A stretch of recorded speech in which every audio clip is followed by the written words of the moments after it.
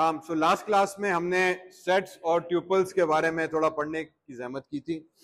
उसी चीज को कंटिन्यू करते हुए let's talk more about sets और ट्यूपल्स, और थोड़ा सा फिर उनके हम कुछ एक दो प्रोग्राम्स हैं उनके ऊपर बात करेंगे कि कैसे हम सॉल्व करते हैं। ठीक है। सो आज थोड़ा सा जो सेट्स और ट्यूपल के ऊपर बात करनी है वो ये है कि हाउ डू वी इटरेट या लूप थ्रू दीज सेट्स। एक दफा जब सेट हम बना लेते हैं या ट्यूपल जब बना लेते हैं तो फिर उसके थ्रू हम इटरेट, उनके थ्रू लूप थ्रू उसके आइटम्स को हम कैसे रीड करते हैं, उसके बाद उन ट्यूब्स को ज्वाइनिंग करना, और फिर कुछ मेथड्स हैं इनके ऊपर जिसके ऊपर थोड़ी सी हम बात करेंगे। ठीक है। So beginning with basically looping through the tubes and tuples and sets के बनाने के बाद इसके एलिमेंट्स को हम लूप कैसे करें। तो बेसिकली फॉर लूप यूज होता है प्राइमरीली दोनों के अंदर, जैसे हमने कहा कि लास्ट सेशन में भी कि सेट्स ट्यूपल्स टेक्निकली एक ही तर्ज पे काम करते हैं। जो मेजर डिफरेंस आता है वो उसका इंटरनल स्ट्रक्चर के ऊपर है कि वो इंडेक्स्ड है, अनचेंजेबल है, नॉन चेंजेबल है, डुप्लीकेट अलाउ करता है नहीं करता।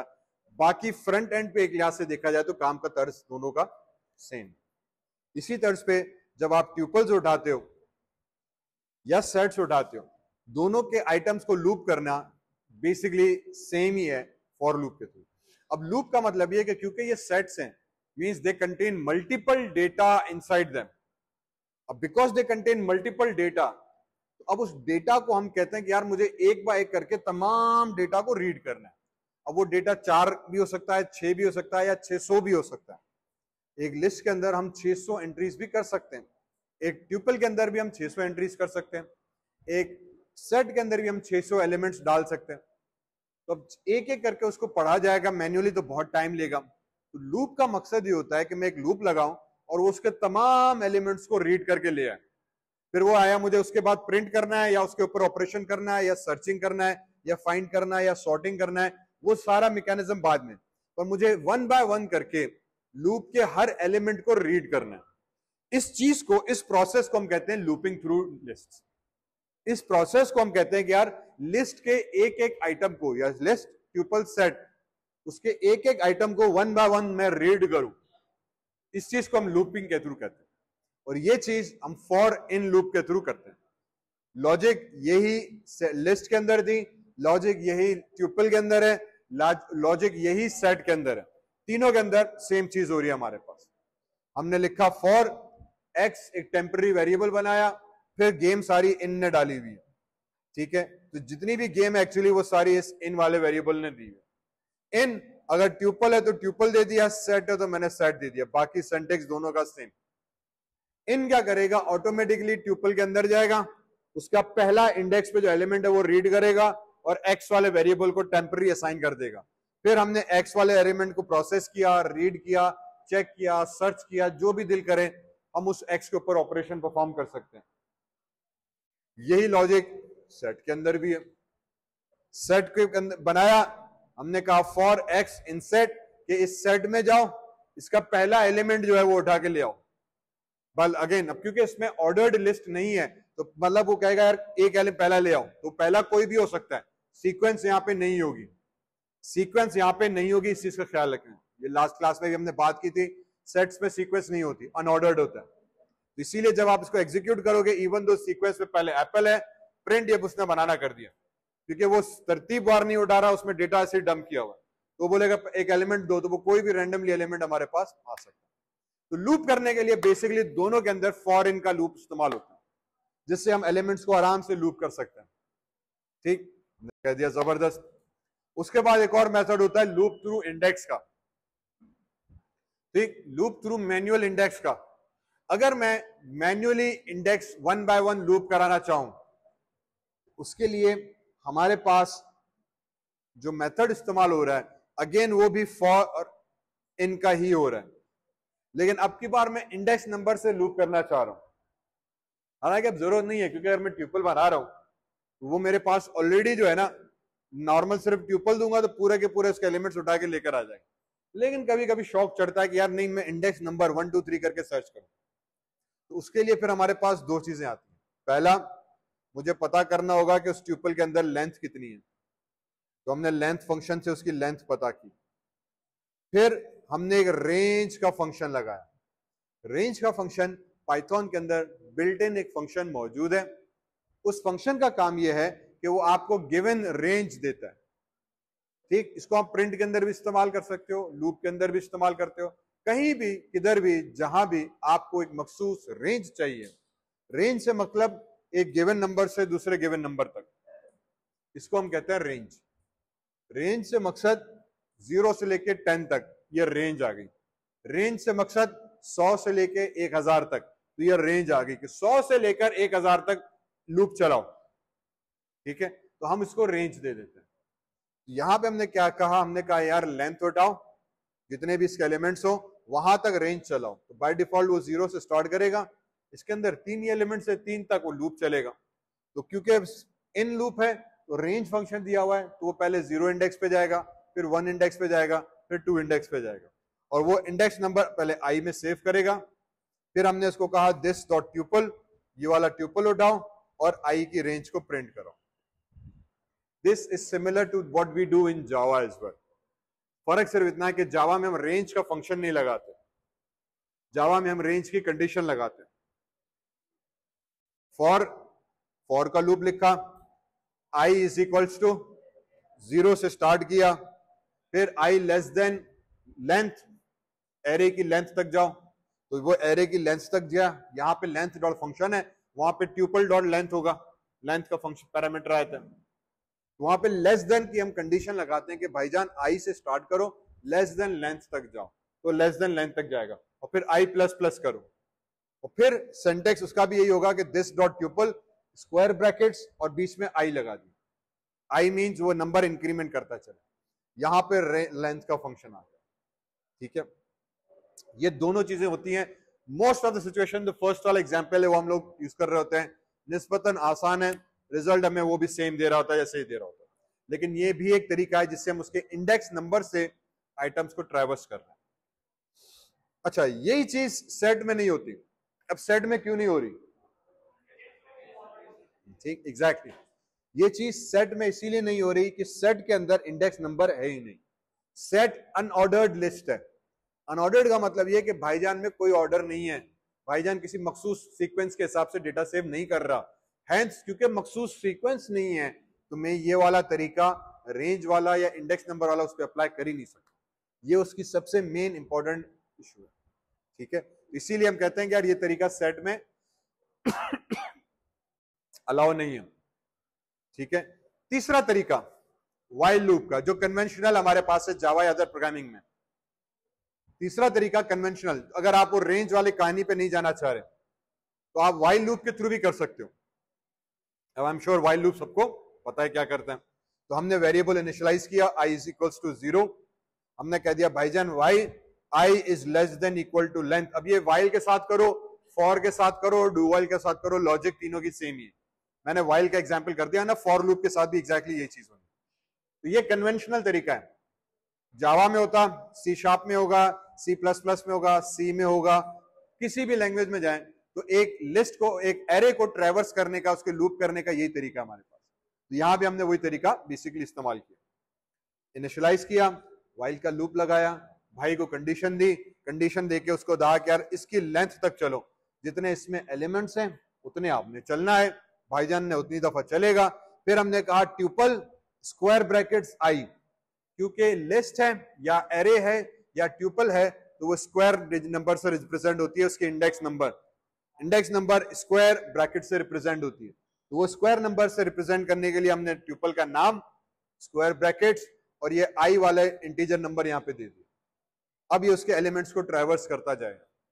पर इसमें सबसे इंपॉर्टेंट चीज है कि मुझे ये वाली चीज देना लाजमी है, इसको हम कहते हैं इंक्रीमेंट ऑपरेटर। ठीक है, इसमें हमने इंक्रीमेंट की हुई है कि आई की करंट वैल्यू में +1 करो। मैं यहाँ पे आई प्लस प्लस भी लिख सकता हूं या आई +1 इज इक्वल्स टू आई कर दिया, ताकि आई के करंट वैल्यू में +1 करो, वापस आई को असाइन करो। ये इसीलिए किया ताकि आई की वैल्यू चेंज होती रहे, तो वो नेक्स्ट एलिमेंट उठाए। ये चीज हम नॉर्मली जावा में करते हैं मैन्युअली लूपिंग करने के लिए। पाइथन ने हमने कहा फॉर इन और ट्यूपल दे दो, तो वही चीज बहुत आसानी के साथ कर देगा। लेकिन अगर मैन्युअली करना है तो ये तरीका आ गया। अब अगेन ये चीज सेट के अंदर अभी भी नहीं हो सकती, क्योंकि सेट में तो इंडेक्स है ही नहीं। लेकिन फिर अगेन वही जुगाड़ हर चीज का मौजूद है प्रोग्रामिंग में। तो जुगाड़ ये है कि अगर आपको लिस्ट को ट्रैवर्स करना है इस तरह से सीक्वेंस में लूप चलाकर, फिर वो चाहे फॉर इन वाला लूप हो, रेंज वाला, या वाइल वाला लूप हो, तो उसका फिर तरीका ये कि हमें इसको कन्वर्ट करना पड़ेगा लिस्ट के अंदर या ट्यूपल के अंदर। तो फिर लॉजिक ये कि पहले आपने सेट बनाई, सेट बनाने के बाद आपने सेट को कन्वर्ट कर दिया, कास्ट कर दिया लिस्ट के अंदर। तो वो हमने लिस्ट का फंक्शन यूज किया और इसको हमने ट्यूपल दे दी और या सेट दे दिया, तो ये कास्ट हो जाएगा हमारे पास लिस्ट में, वो लिस्ट वाला हमारे पास वेरिएबल आ गया। अब लिस्ट को भी मैं उसी तरीके से लूप करूंगा जैसे पहले करता हूं। हमने यहाँ पे आई 0 किया, while i is equal to less than length dot set list कर दिया।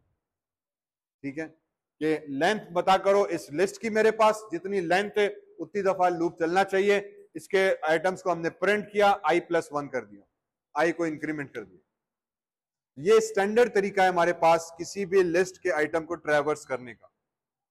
ठीक है, तो इसमें एक आइटम भी हो सकता है, 10 आइटम भी हो सकते हैं, लिस्ट को लूप करने के लिए हम इस्तेमाल किए जाते हैं। तो आप फॉर का यूज करो, फॉर इन का, फॉर इन रेंज का करो, या वाइल लूप के थ्रू करो, या मैन्युअली इसे फॉर के लूप के थ्रू करो, बात एक ही है। लॉजिक ये कि हमें आइटम्स को ट्रैवर्स करना आना चाहिए। उसके बाद अगले ऑपरेशन इसमें आ जाते हैं ज्वाइन के। ठीक है, लिस्ट हो, सेट्स हो, ट्यूपल्स हो, आप मल्टीपल को इकट्ठा कंबाइन कर सकते हैं। ठीक है, और इसकी अक्सर औकात प्रोग्रामिंग में हमें जरूरत पड़ती भी है कि we have multiple sets, multiple tuples, we need to combine them together. To do that, अगर मेरे पास 2 ट्यूपल्स हैं, इन दिस केस ट्यूपल 1 और ट्यूपल 2, भले वो स्ट्रिंग हो भले वो न्यूमेरिक हो, क्योंकि हमें पता है कि मैं एक ट्यूपल के अंदर मल्टीपल डेटा टाइप रख सकता हूं।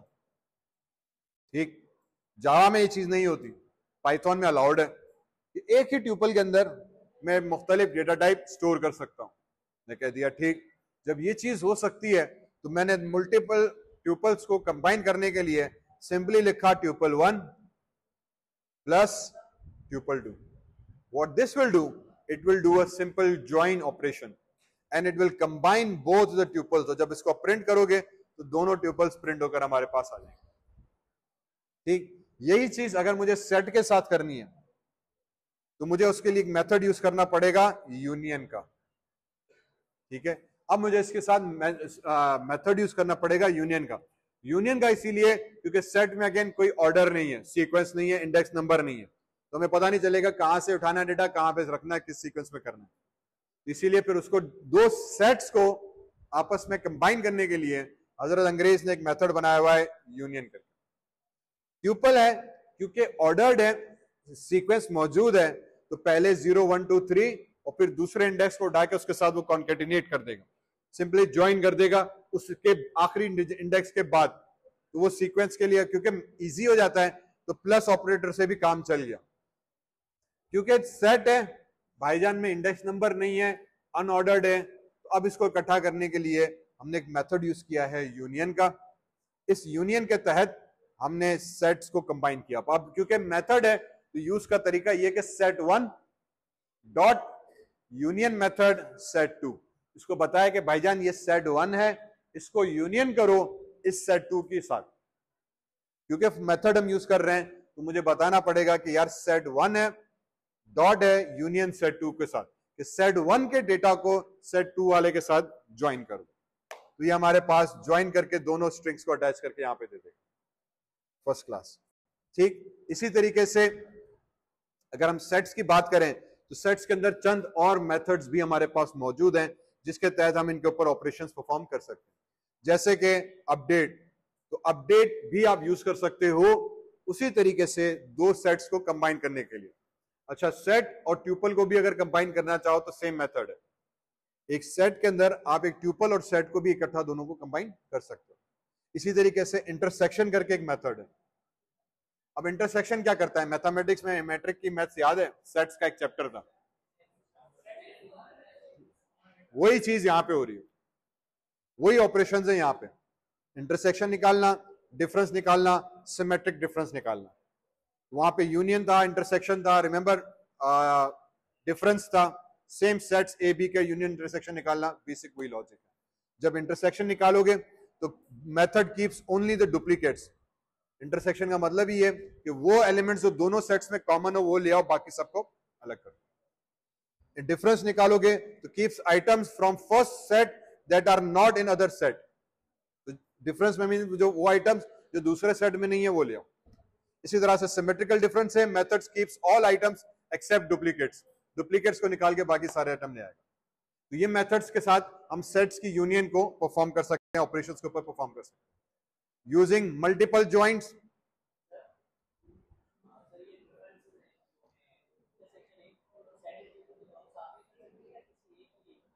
दोनों दोनों साथ दो सेट्स के ऊपर होंगे ना,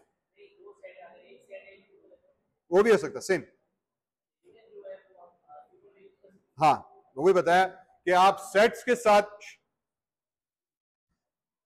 जो ज्वाइनिंग के ऑपरेशंस हैं वो एक सेट ट्यूपल के साथ भी हो सकता है, सेट का सेट के साथ भी हो सकता है, सेट का लिस्ट के साथ भी हो सकता है। ठीक है, तो एक सेट को आप मल्टीपल चीजों के साथ कंबाइन कर सकते हो, कोई प्रॉब्लम नहीं।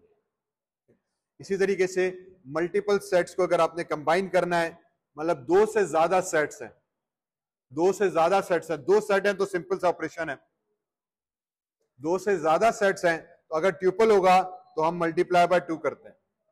इसका मतलब ये होगा कि एक फ्रूट्स उठाओ, ठीक, अब क्योंकि इंडेक्स नंबर है तो यहां पे ऑपरेशन आ जाता है मल्टीप्लाई बाय 2 का। ठीक, मल्टीप्लाई 2 का मतलब ये हुआ कि भाईजान एक सेट है फ्रूट्स का, उसको कर दो मल्टीप्लाई बाय 2। तो जो मैथमेटिक्स का दिमाग में बात आती है एग्जैक्टली यहां पे वही चीज हो रही है कि यार एक चीज उठाया उसको मल्टीप्लाई बाय 2 किया तो दुगना हो गया, तो एक चीज उठाया उसको मल्टीप्लाई बाय 2 किया, आउटपुट में वो क्या आया, दुगना आया। ये चीज इसमें अलाउड है। ये मल्टीप्लिकेशन सेट में नहीं हो सकती, ठीक, क्योंकि इंडेक्स नंबर नहीं है तो उसको पता नहीं चलेगा मैंने कैसे डेटा को करना है। हाँ, सेट में जो मल्टी ज्वाइन ये है कि अगर मेरे पास एक से ज्यादा सेट आ जाते हैं, अगर मेरे पास एक से ज्यादा सेट आ जाते हैं तो मैं सेट 1 को यूनियन कर सकता हूं सेट 2, सेट 3, सेट 4 के साथ, कॉमा सेपरेटेड। सेट में मल्टीपल ज्वाइंट्स का ये कि अगर आप 3-4 सेट्स बनाए हुए हैं, इवेंचुअली सबको आपने कंबाइन करना है। वो कंबाइन करने के लिए हम अगेन यूनियन ऑपरेशन इस्तेमाल करेंगे। पहला सेट यू डॉट यूनियन, फिर जितने भी बाकी सेट्स को आपने ज्वाइन करना है वो वहां पे सेट 2, सेट 3, सेट 4 वो उठा के हम वहां पे कॉमा सेपरेटेड वैल्यू के साथ दे देंगे। तो इवेंचुअली वो क्या करेगा, इन तमाम सेट्स की वैल्यू को कंबाइन कर देगा। ठीक, इवेंचुअली उन तमाम सेट्स की वैल्यू को उठाएगा, कंबाइन कर देगा। ये बात समझ में आई? ठीक, ये सेट्स के बेसिक ऑपरेशन समझ में आए। सिंपल ज्वाइन ऑपरेशंस हैं, लूप करना और मल्टीपल सेट्स को ज्वाइन करना। ठीक है, आगे कुछ इसके एग्जांपल हम करते हैं तो बात और समझ में आ जाएगी। Now let's talk very quickly about few basic methods. ठीक है, कुछ मेथड्स हमारे पास दोनों के अंदर मौजूद होते हैं, कुछ हम ऑलरेडी डिस्कस कर चुके हैं। फॉर एग्जाम्पल सेट्स के मेथड्स, तो सेट के हमने मेथड्स कल भी डिस्कस किए थे, सारे मेथड्स की वो लिस्ट हमने बेसिक यहां पर आएगी।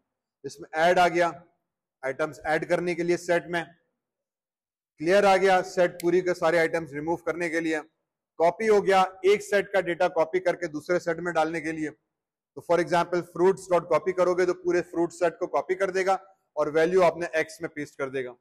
डिफरेंस मेथड मैंने बताया। इसी तरह से डिस्कार्ड एक मेथड है, सेट में से कोई भी एक मखसूस आइटम को रिमूव करना है तो हम डिस्कार्ड यूज करते हैं। इंटरसेक्शन आ गया, अभी हम कर आए थे, सेट रिटर्न करेगा जिसमें दूसरा सेट नहीं होगा, पॉप करेगा किसी भी एक एलिमेंट को हमें रिमूव करने के लिए। इसी तरह रिमूव का मेथड भी है, रिमूव का मेथड एरर शो करेगा अगर वो आइटम उसके अंदर मौजूद नहीं है। डिस्कार्ड का मेथड एरर शो नहीं करता, ये हमने कल डिफरेंस किया था। इसी तरह यूनियन है, अपडेट है। तो ये चंद एक बेसिक मेथड्स हैं जो हम सेट्स के बारे में इस्तेमाल करते रहते हैं। सो डू मेक श्योर कि इनके बारे में थोड़ा आपको पता हो। इसी तरीके से आगे आ गए ट्यूपल के अंदर। ट्यूपल के अंदर दो मेन मेथड्स यूज होते हैं। ठीक है, एक काउंट का आता है जो उसके सेट्स के एलिमेंट्स को काउंट करके देगा कि इस भाईजान के अंदर कितने एलिमेंट्स हैं। उसी तरह से इंडेक्स मेथड आ गया जो मखसूस इंडेक्स सर्च करके देगा हमारे पास कि ये डेटा कौन सी इंडेक्स पर मौजूद है। तो अगर उसको मैंने चेरी दिया तो ढूंढ के देगा कि चेरी आपकी लिस्ट में कौन से इंडेक्स पे नंबर पर मौजूद है। काउंट देंगे तो काउंट करके बताएगा कि ये एप्पल कितनी दफा उस लिस्ट के अंदर आ रहा है, फ्रीक्वेंसी उसकी कितनी है। ठीक है, ये दो कॉमन मेथड ट्यूपल के अंदर हम इस्तेमाल करते हैं। ओके, ये हमारे पास बेसिक लिस्ट ऑफ मेथड्स आ गए। इन तमाम एग्जांपल्स नहीं कर रहा, अब आते हैं एक दो रियल वर्ल्ड एग्जांपल्स के ऊपर ताकि बात को जल्दी खत्म कर। तो पहला प्रोग्राम है कि फॉर एग्जांपल हमारे पास finding unique values in a data set. मेरे पास एक डेटा सेट है, उसमें से मुझे यूनिक वैल्यूज आइडेंटिफाई करके ढूंढनी। वो कैसे करेंगे? तो मैंने कहा यार चले एक डेटा सेट उठा लेते हैं जिसका नाम फॉर एग्जांपल परचेज सिटीज कर दिया मैंने। उसके अंदर मैंने शहर के नाम दे दिए। ठीक है, ये मुख्तलिफ शहरों के हमने नाम दिए, हमने कहा सही है।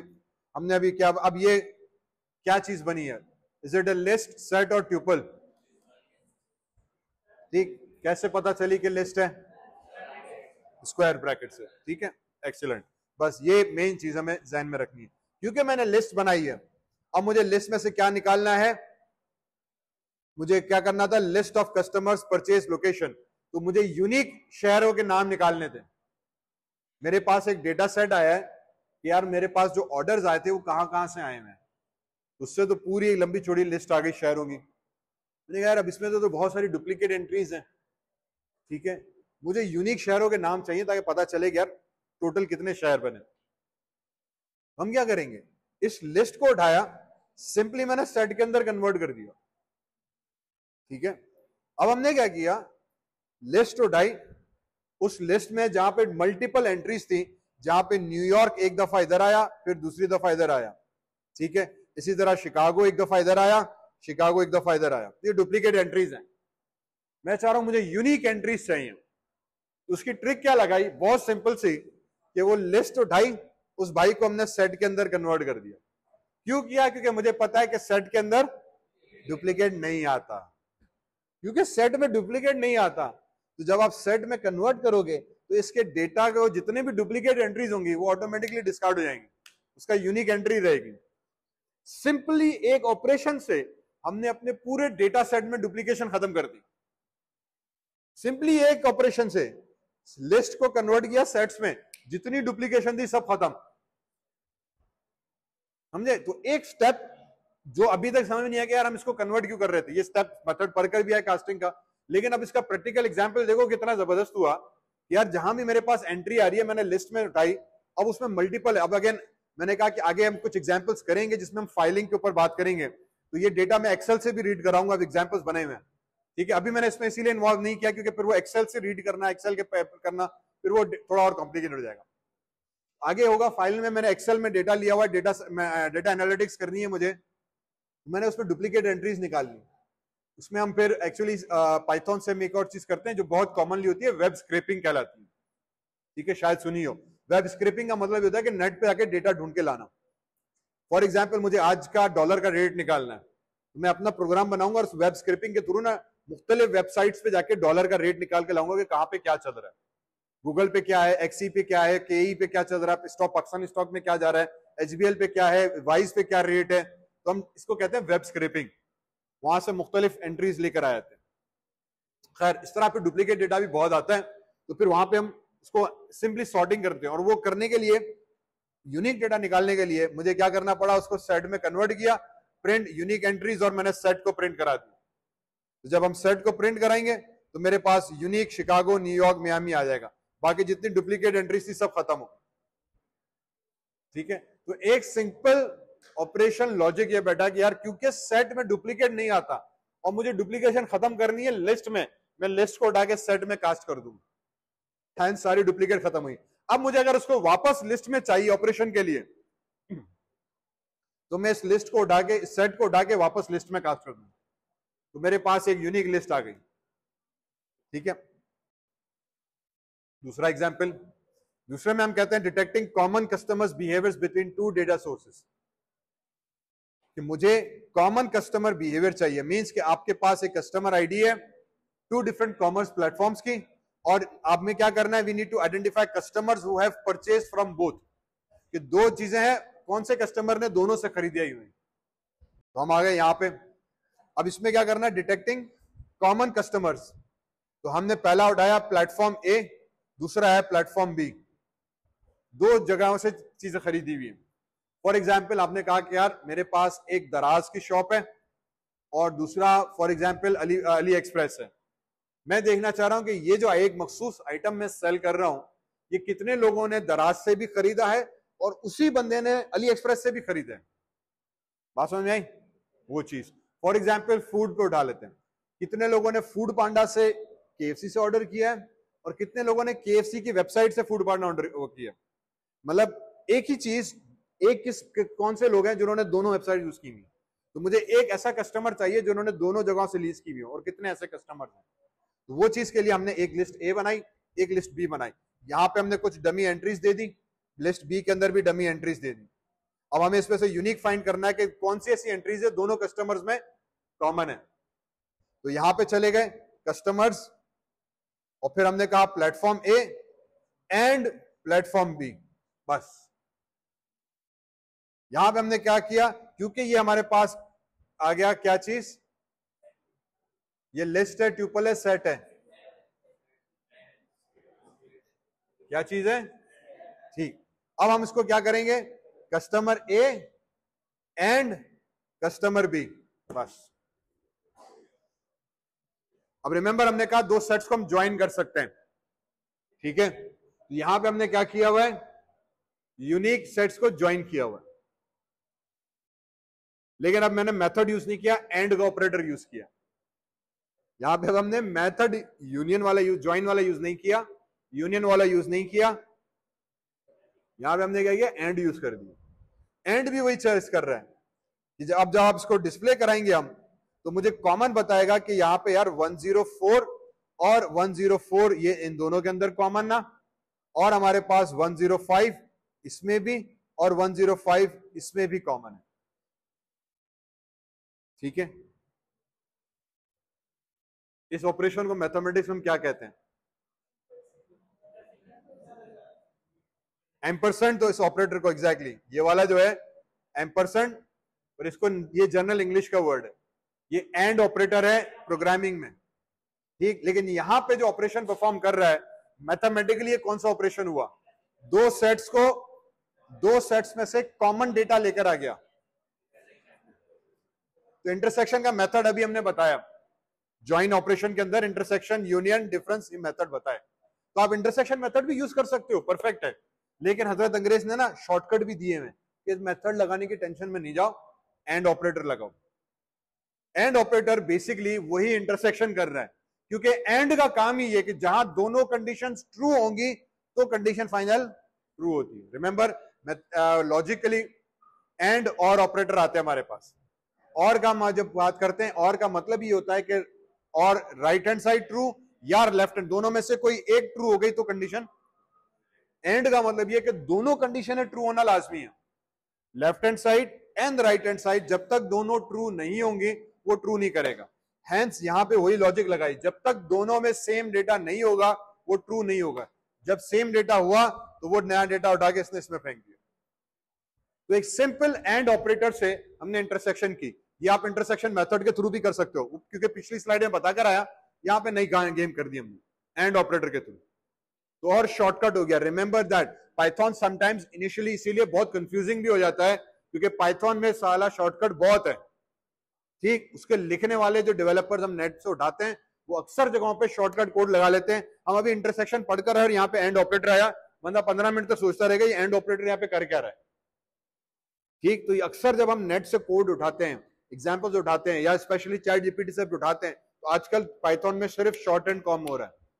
बेसिक काम इंटरसेक्शन टिपिकल हो गया, दो सेट लगाओ, एंड लगाओ, आपके पास रिजल्ट आ गया, ठीक। तो हमारे पास ऑटोमेटिकली यूनिक सेट आ गया। अब इंटरसेक्शन का काम ये था कि मेरे पास दो मुख्तलिफ डेटा सेट है, मुझे उसमें से कॉमन पैरामीटर निकालना है। तो हम दो मुख्तलिफ डेटा सेट्स को ऊपर इंटरसेक्शन लगाते हैं, ज्वाइन वाला ऑपरेशन, एंड के थ्रू या मेथड के थ्रू, आपकी मर्जी है। तो मुझे कॉमन मिल गया कि यार वो कौन सा बंदा है, जो एक बंदा है जिसने केएफसी की वेबसाइट पे भी ऑर्डर किया है और फूड पांडा से भी ऑर्डर किया है। तो वहां से हमें डेटा कॉमनली मिल जाता है। इस तरह से हम डेटा एनालिटिक्स करते हैं। ठीक है, ये चीज डेटा एनालिटिक्स के अंदर फिर इस तरह से डेटा को एनालाइज करना कि कौन सी चीज किस तरह से बिहेव कर रही है। तीसरा example, counting the frequency of unique categories in a data set. तो फॉर एग्जाम्पल मेरे पास एक यूनिक डेटा सेट है, मुझे उसमें काउंट करना है कि यार कौन सी चीज कितनी दफा अकर हो रही है। तो अब की बार मैंने यहाँ पे राउंड ब्रैकेट्स दे दी। Round brackets are used for tuples. ठीक, तो हमने यहाँ पे कहा transaction is equals to round brackets. इसमें मैंने कुछ कॉमन यहाँ पे डेटा सेट ई कॉमर्स का दे दिया। For example refund, purchase, purchase, refund, subscription, purchase, purchase, purchase. अब मुझे इसमें यूनिक एंट्रीज निकालनी है और उसकी फ्रीक्वेंसी काउंट करनी है कि यार कितनी दफा रिफंड हुआ है, कितनी दफा परचेज हुआ है, कितनी दफा सब्सक्रिप्शन हुई है। मेरी वेबसाइट है, मैं वहां मालूम करना चाह रहा हूं कि जो यूजर्स आए हुए हैं वो कितनी दफा यूजर्स ने परचेज किया है या सिर्फ आइटम्स को लाइक किया है वगैरह वगैरह। ठीक है, कि उनकी एक्टिविटीज में देखना चाह रहा हूं। उसके लिए फिर हम क्या करते हैं, फ्रीक्वेंसी काउंट करते हैं। यूजर के ऑपरेशंस की फ्रीक्वेंसी को हम काउंट कर रहे हैं। तो मैंने यहां पे फॉर एग्जांपल ट्यूपल बनाई। ट्यूपल बना के हमने एक और एरे बनाया ट्रांजैक्शन काउंट का, और मैंने यहाँ पे काउंटर का एक मेथड यूज किया। अब ये काउंटर का method built in default method है। इसको इस्तेमाल करने के लिए हमें एक हेडर फाइल चाहिए जिसको हमने इंपोर्ट करा दिया यहां से। तो फ्रॉम कलेक्शन इंपोर्ट काउंटर, तो ये पाइथन की लाइब्रेरी हमने यहाँ पे इंपोर्ट करा दी। ठीक है, ये बिल्ट इन लाइब्रेरी है। एक हमने रैंडम की यूज की थी लास्ट वीक, आज काउंटर की एक थोड़ा एग्जांपल आया। ये क्या करेगा कि ऑटोमेटिकली आपकी गिवन सेट में से, गिवन डेटा सेट में से काउंटिंग करके बताएगा जो भी आप उसको दोगे। यहां पे मैं उसको दे रहा हूं यार भाईजान ये ट्रांजैक्शन है ना, ये पूरा का पूरा मैंने इसको पास कर दिया। ये जो ट्यूपल बनाया ट्रांजैक्शन का पूरा का दे दिया कि भाईजान इसको काउंट करके दो, और कुछ नहीं कहा इसको। ठीक, और फिर अब इसका जो रिजल्ट आ रहा है वो रिजल्ट मुझे उठा के मैंने ट्रांजैक्शन काउंट में प्रिंट करा दिया। फिर हम चले गए ट्रांजैक्शन काउंट्स के अंदर, और ये न्यू वाला जो ट्रांजैक्शन काउंट था प्रिंट करा दिया। इसका जब आउटपुट आएगा मेरे पास वो कुछ इस तरीके से आएगा, क्योंकि ये भी क्या करेगा, आपको एक नया जो है एक सेट बना के भेजेगा। ठीक है, काउंटर के नाम से, उसके अंदर उसने डेटा रखा हुआ है कि भाईजान एक है परचेज का, वो 4 दफा आकर हुआ है, एक हुआ है रिफंड वो 2 दफा हुआ है, एक हुआ है सब्सक्रिप्शन वो हुआ है 2 दफा। मींस ये काउंटर मेथड ने क्या किया कि मेरी लिस्ट के अंदर गया और देखा कि जो वर्ड रिफंड है ना वो आपकी लिस्ट में कितनी दफा आकर हुआ है। तो उसने काउंट किया गया रिफंड 2 दफा आया, 1 और 2। फिर उस लिस्ट के अंदर गया, उसने कहा जो वर्ड परचेज है ना अगला वर्ड वो कितनी दफा आया, तो वो 1 दफा आया, फिर ये दूसरी दफा आया, फिर ये तीसरी दफा आया, फिर ये चौथी दफा आया। तो उसने ऑटोमेटिकली काउंट कर दिया कि यार ये 4 दफा आपने परचेज का लफ्ज यूज किया है, 2 दफा आपने रिफंड किया है, और 2 दफा आपने सब्सक्रिप्शन डाली। तो काउंटर फंक्शन ऑटोमेटिकली हमारी लिस्ट में जाएगा और number of frequencies in other words count कर देगा। ये फ्रीक्वेंसी काउंट कर देगा कि आपके हर आइटम की इस सिंगल लिस्ट के अंदर फ्रीक्वेंसी क्या है। इससे अगेन फिर हम डेटा एनालिटिक्स के अंदर ये चीज और भी ज्यादा इस्तेमाल होती है कि मेरी पोस्ट कितनी दफा रिट्वीट हुई, मेरी पोस्ट पे लाइक्स कितनी दफा आए, किस बंदे ने कमेंट किया, किस बंदे ने कितने कमेंट्स किया, कितने बंदे ने इस टैग पे कितनी दफा कमेंट किया, तो हम फ्रीक्वेंसी काउंट करते हैं। ठीक है, कितने बंदे ने मेरी आइटम को परचेज किया, 1 दफा किया है या 2-3 दफा किया। तो वो किसी भी चीज की फ्रीक्वेंसी काउंट करने के लिए, frequency means number of occurrences, हम काउंटर का मेथड यूज करते हैं। बिल्ट इन मेथड है लेकिन यूज करने के लिए हेडर फाइल का इस्तेमाल लाजमी। हेडर फाइल से इस्तेमाल किया, भाईजान को कहा यार तुसी काउंट करो, वो उसको उतनी दफा काउंट करके लेकर आ जाएगा और एक बड़ी अच्छी तरीके से एरे लिस्ट बना के प्रिंट करके दे देगा। ठीक है, आई थिंक ये वाला था आखिरी। एक और रह गया, removing outliers in a data set. तो सिनेरियो ये कि एक डेटा सेट है, उसमें डुप्लीकेट वैल्यूज मौजूद हैं, हमें उसमें से वो डेटा वैल्यूज रिमूव करनी है। तो वही लॉजिक लगेगी कि फॉर एग्जांपल मैंने लिस्ट बनाई, ठीक, एक हमने लिस्ट बनाई, उसमें हमारे पास डुप्लीकेट वैल्यूज मौजूद हैं, नजर आ रहा था। ठीक, उसमें हमारे पास डेटा एंट्रीज में जो डुप्लीकेट वैल्यूज थी वो 500 500 फॉर एग्जांपल, और जितनी भी डुप्लीकेट वैल्यूज हैं वो हम इसमें देखनी है। अब मुझे उसमें डुप्लीकेट एंट्रीज खत्म करनी है, तो वही लॉजिक वही वाली जो पहले वाले में लगाई थी कि हमने सेट्स को कन्वर्ट कर दिया सेट के अंदर।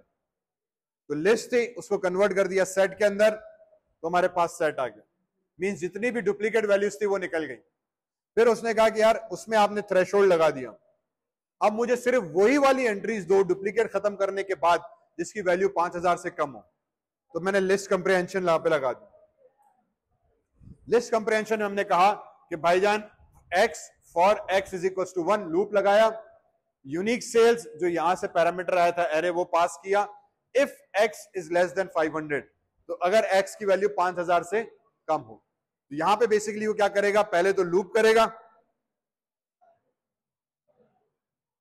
ठीक, ये लूप किया, लूप करने के बाद इसका मतलब ये कि यूनिक सेल्स में जाएगा, उसका पहला आइटम उठाएगा, वो x को असाइन किया, वो x को असाइन किया तो पहली इंडेक्स x में आ गई। फिर उसको उठा के वो if के साथ कंपेयर करेगा कि x की जो वैल्यू आई है क्या वो x की वैल्यू 5000 से कम है। अगर कंडीशन ट्रू होती है तो वो x की वैल्यू उठा के जो है आपके इस नए वाले x के वेरिएबल में डाल देगा। ठीक, अगर वो वैल्यू ट्रू होती है 5000 से कम होती है तो वो इस x में असाइन कर देगा, और फिर लूप दोबारा चलाएगा, अगला एलिमेंट उठाएगा, फिर x की कंडीशन चेक करेगा, अगर ट्रू होती है तो इस x में असाइन कर देगा, वरना स्किप कर देगा। इस चीज को हम कहते हैं लिस्ट कंप्रिहेंशन। एक ही लाइन में चार चीजें हो रही हैं, लूपिंग थ्रू एलिमेंट, एलिमेंट की वैल्यू x में असाइन की, फिर रेड वाले एरिया में आया, इफ की कंडीशन लगाई, x की वैल्यू 5000 से कम है, उसने कहा हाँ अगर ट्रू है तो इस x को असाइन करो, अगर फॉल्स है तो x में असाइन नहीं होगा, वैल्यू स्किप हो जाएगी। फिर दोबारा लूप चलेगा, अगला एलिमेंट चेक करेगा, अगर x में मौजूद है x में असाइन करेगा, और फिर अगर कंडीशन चेक करेगा, लेस देन 5000 है, ट्रू हुई तो x को असाइन करेगा, फॉल्स हुई, खत्म। जब लूप कंप्लीट होगा तो इस x की हर वैल्यू आपके पास एक सेट के तौर पे आ जाएगी। ठीक है, इस चीज को हम कहते हैं लिस्ट कंप्रिहेंशन। जब इसको आप प्रिंट करोगे तो आपके पास यूनिक वैल्यूज लेस देन 500 हमारे पास प्रिंट होकर आ जाएंगे।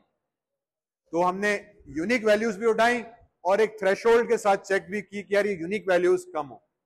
तो लिस्ट में हमने पहले यूनिक वैल्यूज डुप्लीकेशन खत्म की, फिर लिस्ट कंप्रिहेंशन से आइटम्स को ट्रैवर्स किया, कंडीशन लगा के चेक किया कि ये चीज सही होनी चाहिए। ठीक, एग्जांपल समझ में आए? ठीक, तो होपफुली यहां तक बात थोड़ी सी क्लियर होगी। कल कुछ और एग्जांपल्स के साथ लिस्ट के ऊपर काम करेंगे और फिर थोड़ा डिक्शनरी के ऊपर हम काम करेंगे। तो जो चौथा टाइप ऑफ डेटा टाइप हमारे पास डेटा सेट का इस्तेमाल होता है वो है डिक्शनरी का। उसका थोड़ा सा behaviour as compare to these three different है, इसीलिए उसको हमने अलग रखा हुआ है। तो लिस्ट, सेट्स, ट्यूपल्स तकरीबन सेम प्लस पे काम करती हैं, बेसिक फंडामेंटली डिफरेंट है। ठीक है, तो कल एक दो एग्जांपल्स मैंने और कराने हैं लिस्ट के, और फिर हम जो है आगे प्रोसीड करेंगे डिक्शनरीज के ऊपर भी सब। ठीक है, चलें यहां तक कि फिलहाल सेशन हुआ कंक्लूडिंग।